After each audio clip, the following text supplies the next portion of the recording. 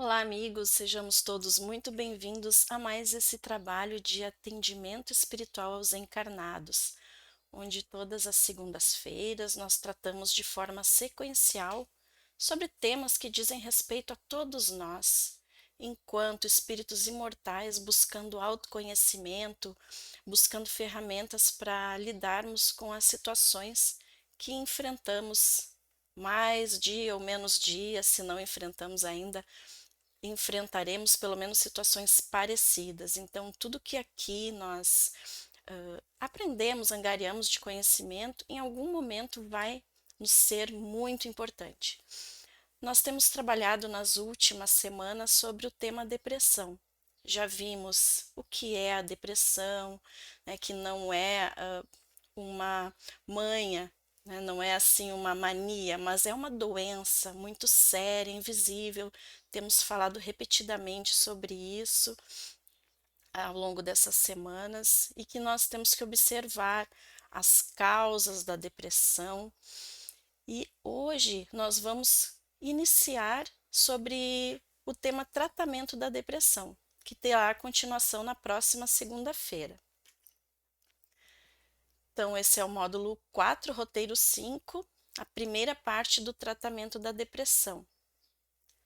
Por mais que nós possamos achar que não estamos passando por esse momento, mas pelo simples fato, não simples, mas pelo fato de estarmos vivenciando uma pandemia, uma situação longa, uma quarentena prolongada, isso nos traz uma certa ansiedade, um sentimento constante de estarmos alertas, de estarmos preocupados, de estarmos temerosos por não sabermos quando termina, como é que será. Então, isso nos traz um pouco de medo, essa falta de controle sobre a nossa vida. Controle esse que nós não temos com ou sem pandemia, mas que nesse momento nós estamos todos um pouco mais agitados, mais nervosos, mais ansiosos. E isso acaba, ao longo desses meses todos, acaba nos trazendo um desequilíbrio emocional e psíquico. Então, tudo que nós formos angariar de ferramentas para trabalhar com a depressão pode ser utilizado para todos nós. Então, hoje nós vamos iniciar trazendo essa questão sobre a busca da solução para esse problema da depressão. E a primeira conclusão que nós temos que chegar é que o deprimido, o ansioso, a pessoa que está necessitando de ajuda, ela é que deve se ajudar. Então, cure-se a si mesmo. É nós que temos que dar esse primeiro passo. O primeiro passo é aceitar que nós é que causamos esses sentimentos em nós. É a nossa pretensão de acharmos que temos que ter o controle de tudo e quando não temos, nos deprimimos, nos sentimos mal com isso. Então é uma prepotência, é uma arrogância íntima que nós temos. Então nós temos que aceitar que é em nós que está a causa e também a cura para esses sentimentos. Esse seria o primeiro passo. E o segundo passo é nós nos tornarmos o nosso médico, o nosso melhor amigo. Então nós temos que nos acarinhar, nos entender, termos compaixão de nós mesmos, para podermos assim nos conduzir numa caminhada que vai nos levar a uma melhora. E aí vem o terceiro passo, que é buscarmos uma estrutura íntima, um fortalecimento íntimo, para que perante as adversidades a gente não fique tão vulnerável, tão frágil, que possamos suportar melhor. É que nem aquele conto dos três porquinhos, né? Que nem a casa de palha, qualquer ventinho derruba. A casa de madeira é um pouquinho mais resistente, mas também derruba. Então nós temos que buscar essa estrutura da alvenaria do terceiro porquinho para que não fiquemos fragilizados perante as tempestades.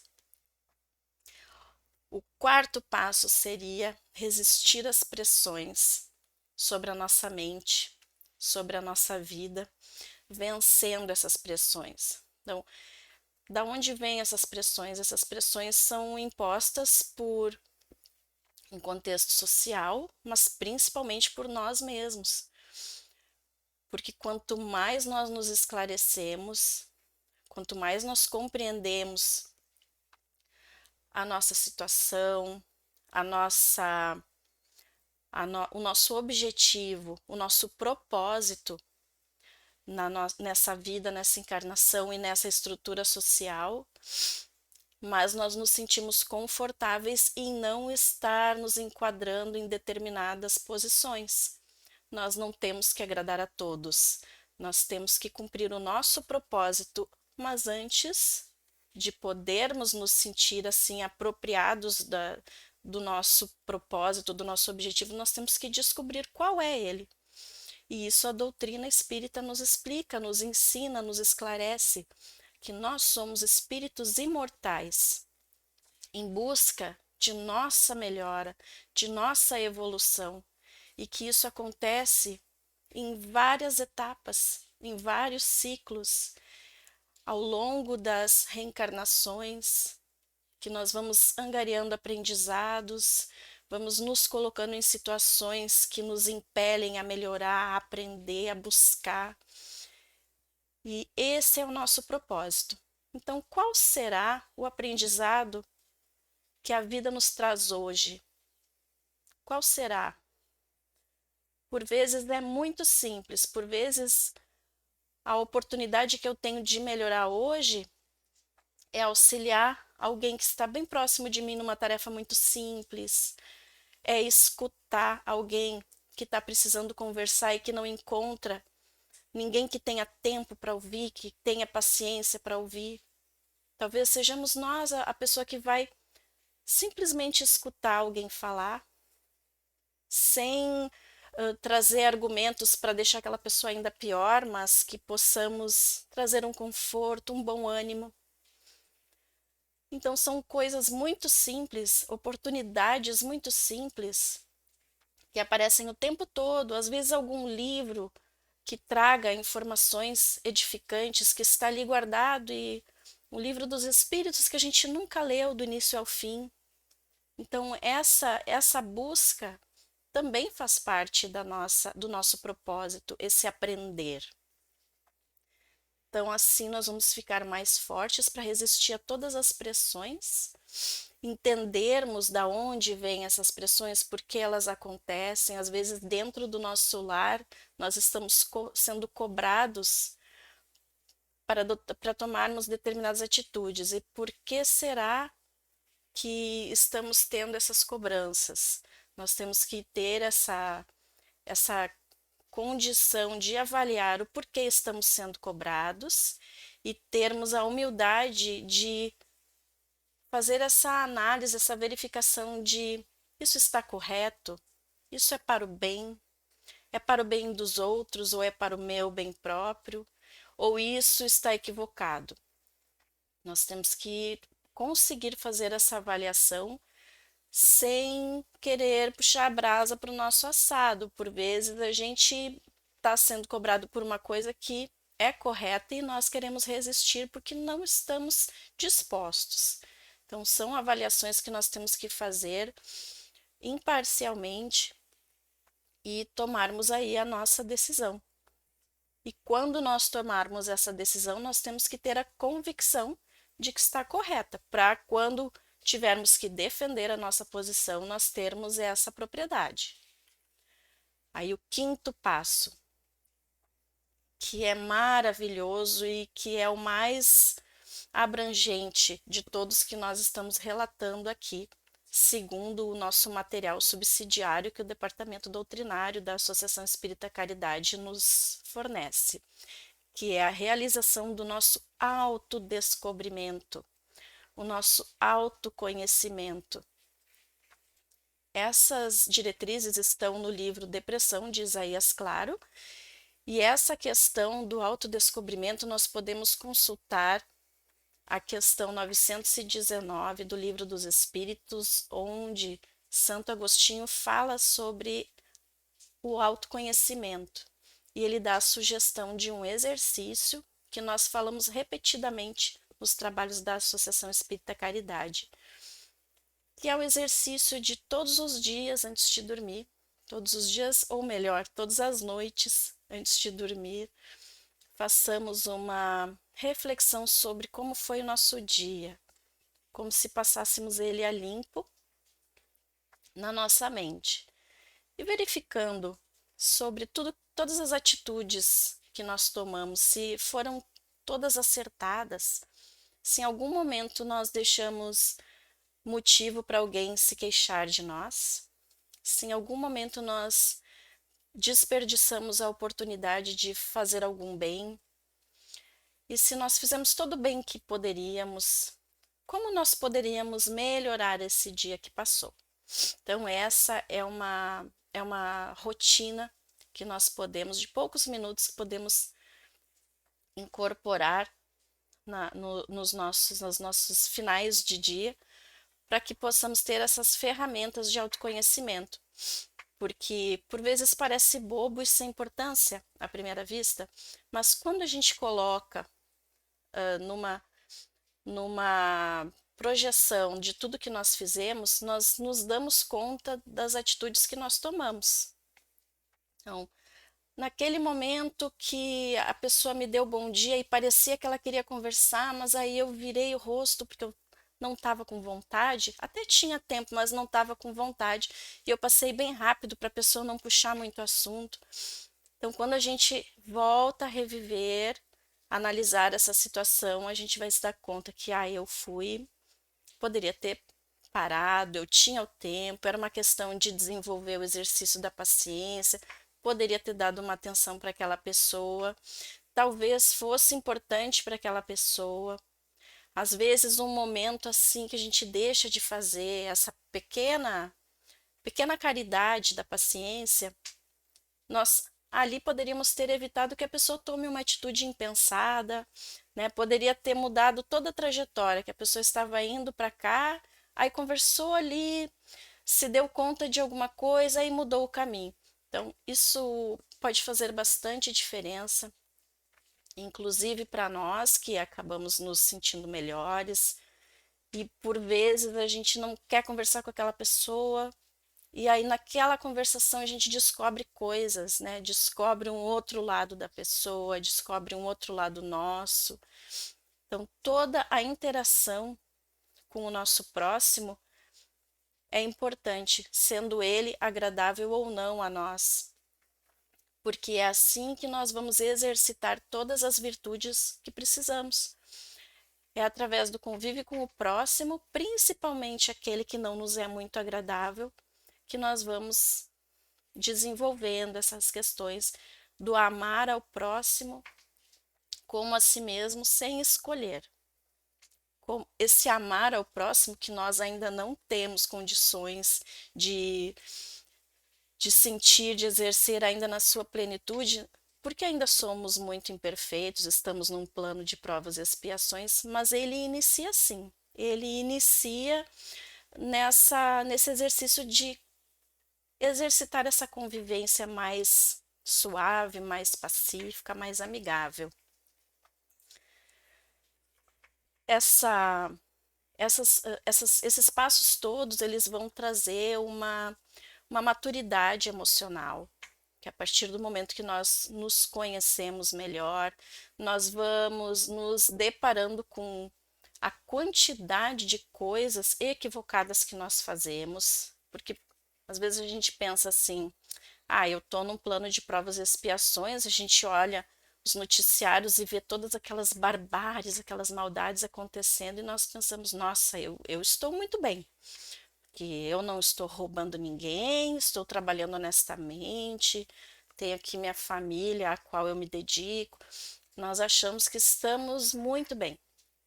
Quando iniciamos esse exercício de autodescobrimento, percebemos muitas nuances nossas ainda necessitando de ajustes, né? Isso é maturidade, isso é crescimento, porque já dizia Sócrates, né, que só sei que nada sei, então quanto mais a gente percebe que está precisando, que quanto mais a gente cresce e amadurece, mais a gente percebe coisas que precisam ser trabalhadas e desenvolvidas no nosso emocional. Então tudo isso é crescimento e é amadurecimento emocional para nós. Nessa esteira de sairmos de um processo de melancolia, de depressão, uma das coisas fundamentais é nós meditarmos a respeito da reencarnação, para conseguirmos compreender essas adversidades, essas dificuldades que acontecem conosco, porque se nós ignoramos o processo da reencarnação enquanto espíritos imortais, passando por experiências difíceis, desafiadoras, que exigem uma maturidade nossa maior, se nós não tivermos esse esclarecimento, nós não vamos conseguir compreender a justiça divina, enquanto que algumas pessoas parecem que são mais favorecidas do que outras. E desde o berço até os acontecimentos da vida. Então, e nós tendo esse conhecimento, nós podemos entender melhor do porquê das dificuldades que passamos. E que essas dificuldades, por vezes, fomos nós que pedimos, porque erramos lá atrás e queremos então aprender. A pessoa que imaginemos um exemplo assim, bastante comum para podermos entender os exemplos menores, né? Uma pessoa que teve muitos recursos materiais e usou desses recursos materiais de forma muito equivocada e por estar com muita facilidade de acesso a todas as coisas da vida material, não cuidou da sua vida espiritual. Nesse desatino, né, nessa ilusão dos prazeres da vida material. Então essa pessoa pede para vir sem esses recursos. Eu quero reencarnar, mas eu não quero ter acesso a nada para mim não cair de novo nesse erro e ficar focado lá na minha melhora espiritual. E ao mesmo tempo, tendo aquela convivência com aquelas pessoas a quem possa ter prejudicado, para que então se reconciliem.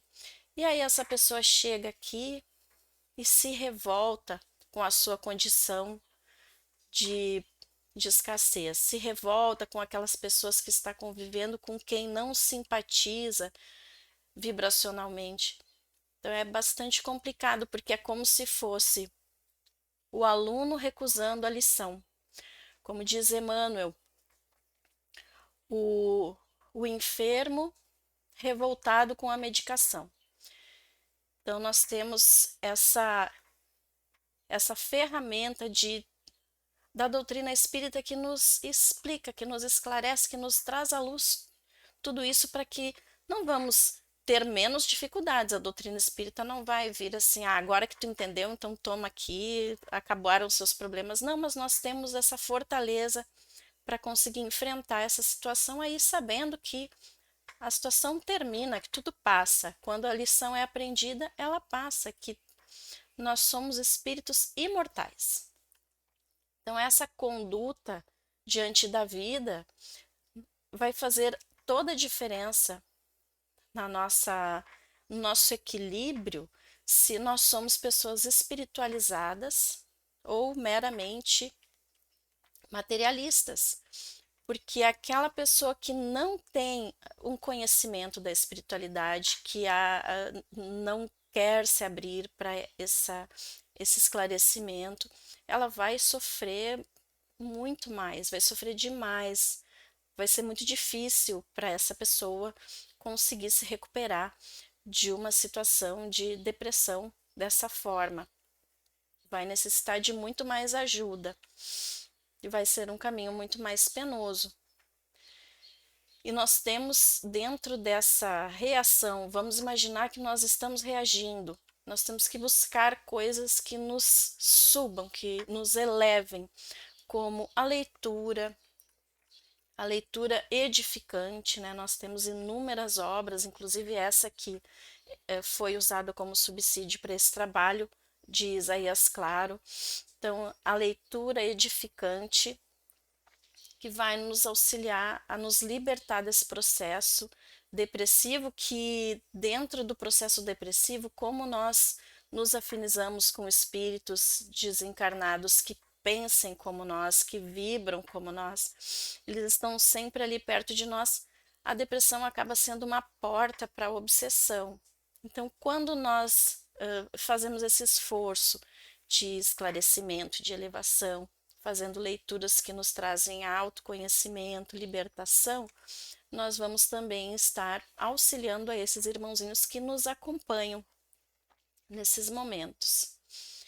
E essa questão das ferramentas entra também a questão da meditação, da prece, e a meditação ela vai nos trazer uma serenidade quando perante de uma situação a gente consiga examinar a situação, né, consiga observar, compreender e pensar na solução, né? E a meditação ela vai nos trazer também a compreensão de que nós não somos a depressão, nós não somos os nossos sentimentos, nós somos muito mais que isso. E nós não nos culparmos também pelo que sentimos, né? A aflição, simplesmente pela aflição, não resolve nenhum problema, né? Isso está no livro Depressão de Isaías Claro. Nós não temos que sofrer por sofrer, mas se nós estamos sofrendo, sabermos o porquê. O que causou esse sofrimento? O que causou esse sentimento de depressão? Alguma lacuna que ficou aberta. E não fazer esse julgamento contra nós mesmos, não ficarmos tentando lutar contra os nossos sentimentos, mas acolhê-los e compreender que eles não nos definem. Uma das coisas mais importantes nesse momento é espiritualizar-se, né? Nós podemos vislumbrar muitos casos de pessoas que estavam em situação muito ruim e que aderiram a alguma igreja, alguma crença, alguma religião e conseguiram se reerguer de alguma forma. Aquela trajetória, ela segue sendo bastante delicada, mas pelo menos o espírito consegue, né? A pessoa consegue ter um caminho de fuga, um caminho de saída. Então, a questão da espiritualização, ela não quer dizer assim, agora nós temos que ser que nem São Francisco de Assis, vamos ficar só com a camiseta do corpo, com a roupinha, vamos entregar tudo que nós temos, vamos viver só pela questão do espírito. Não é isso. Nós não temos ainda toda essa simplicidade no coração como São Francisco de Assis, mas nós temos que equilibrar, né? Nós temos que cuidar das necessidades físicas, materiais e das necessidades da alma. Então, o que hoje nós vemos muito são 90% cuidando da parte física, da parte material, angariando seus bens, e aí um pouquinho para a parte espiritual. Então, isso não é um balanço, porque tudo que nós temos na nossa vida material, é claro que nós temos ali a lei do trabalho, onde nós vamos buscar a nossa parte material, vamos buscar através do trabalho adquirirmos todos os itens para a nossa vida digna, com conforto, não há problema nenhum. Inclusive, é muito bom que nós tenhamos recursos e usemos esses recursos à disposição da geração de empregos, da geração de pesquisas científicas, da geração do progresso. Então, Não há problema nenhum na pessoa ser um multimilionário, né? O problema seria se ele utilizasse isso apenas para o seu usufruto ou não mobilizasse esses bens, mas enquanto uma pessoa administra muitos empregos, sustentando muitas famílias e investe e é um bom líder e consegue fazer o bem para a comunidade através daqueles recursos, sendo um bom administrador, está cumprindo os desígnios de Deus. Mas sempre temos que cuidar dos bens da alma, porque os bens da matéria são transitórios, eles vão trocar de mãos a qualquer momento. Se não for durante a encarnação, vai ser no momento do desencarne. E nós não queremos, não é interessante para nenhum de nós que tenhamos apego excessivo a qualquer coisa que seja, porque no momento do desencarne isso poderá servir de âncora para nós e causar sofrimento nesse momento. Então, e os bens da alma são os que nós vamos levar para a eternidade. Nós não vamos carregar os bens da alma para a próxima encarnação ou para outra, mas para a eternidade. Nós vamos levar sempre conosco. Então é muito mais interessante para nós que nós investirmos nesse aprendizado. Então, em aprendermos, nós podemos fazer uma leitura de alguma obra edificante espírita por 30 minutos por dia, assistir uma exposição doutrinária no YouTube todos os dias, criar uma rotina de fazer uma leitura, de fazer prece, todos os dias essa rotina. E não só no dia que tem o trabalho na casa espírita, não só o dia que a gente faz o trabalho voluntário, mas todos os dias dedicarmos um tempinho, porque essas são as rotinas que vão, como diz Joana de Ângeles, esse é o cimento que une os tijolinhos da fortaleza do espírita, para que a gente tenha aquela robustez para enfrentar todas as adversidades.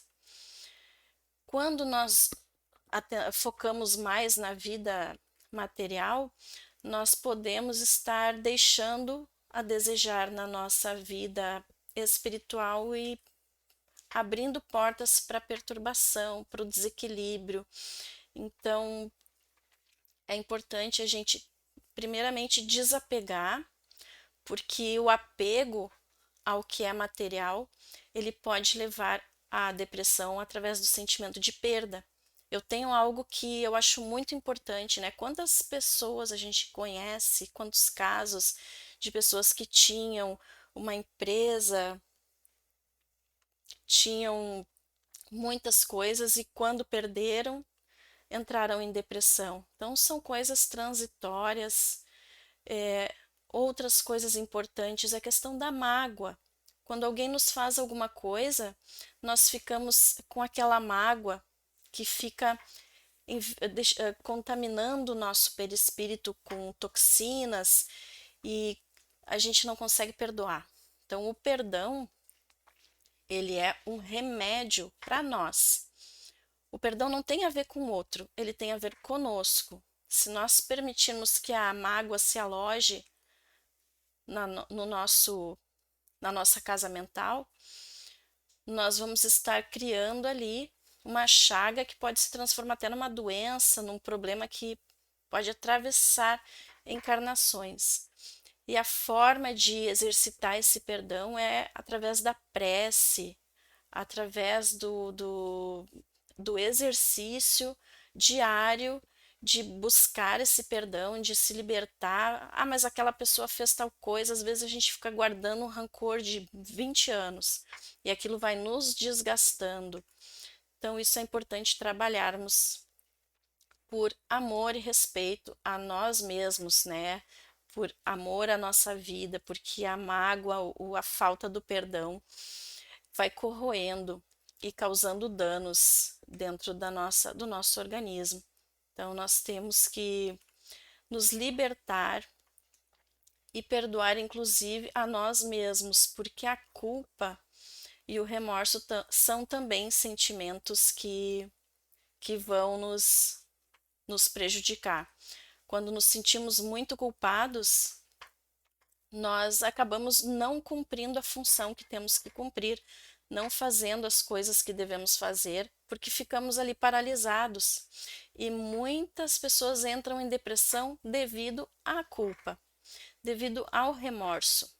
Então, a culpa e o remorso, eles têm uma única função, que é nos apontar uma atitude que foi incorreta.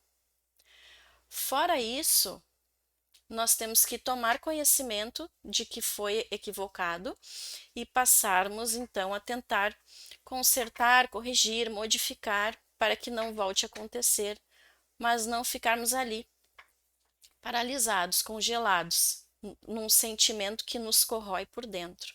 E todos esses sentimentos são portas para a obsessão, né? Então, o nosso pensamento se irradia e busca ondas mentais equivalentes e afiniza-se, sintoniza-se, influenciando e sendo influenciado. Então, se nós podemos influenciar e sermos influenciados, a nossa melhora,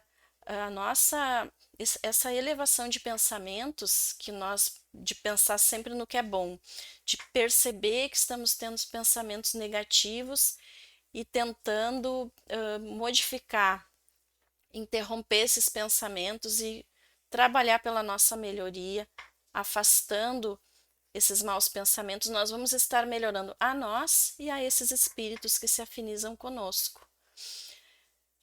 Para nossa reflexão final, a mensagem que fica é: se todos os fatores negativos podem concorrer para a depressão, todas as atitudes positivas podem concorrer para a prevenção ou cura, do livro Depressão de Isaías Claro. E ainda vem aqui a pergunta 909 do Livro dos Espíritos, onde Kardec pergunta: poderia o homem sempre vencer suas más tendências pelos seus esforços? E a resposta dos espíritos é sim, e algumas vezes por fracos esforços. É a vontade que lhe falta. Ah, são poucos dentre vós que fazem esforços. Então, lá no Livro dos Espíritos, né, no capítulo 12, na terceira parte, tá essa pergunta com essa resposta. Ou seja, basta que façamos um pequeno esforço, que mudemos as nossas atitudes, que façamos as nossas emoções, os nossos sentimentos se tornarem ferramentas para a nossa melhora, para a nossa maturidade, para o nosso fortalecimento, que no nosso autoconhecimento nós possamos transformar todas as dores em aprendizados e assim edificação de nós mesmos. Meus amigos, que possamos ficar com essas reflexões trazidas pela Associação Espírita Caridade, que possamos compartilhar essa mensagem, porque são muitos irmãos que sofrem e que precisam buscar essas ferramentas que são simples, não são fáceis, mas são simples, e que todos nós possamos encontrar em nós mesmos a nossa fortaleza e a nossa melhora e cura. Muito obrigada, muita paz a todos.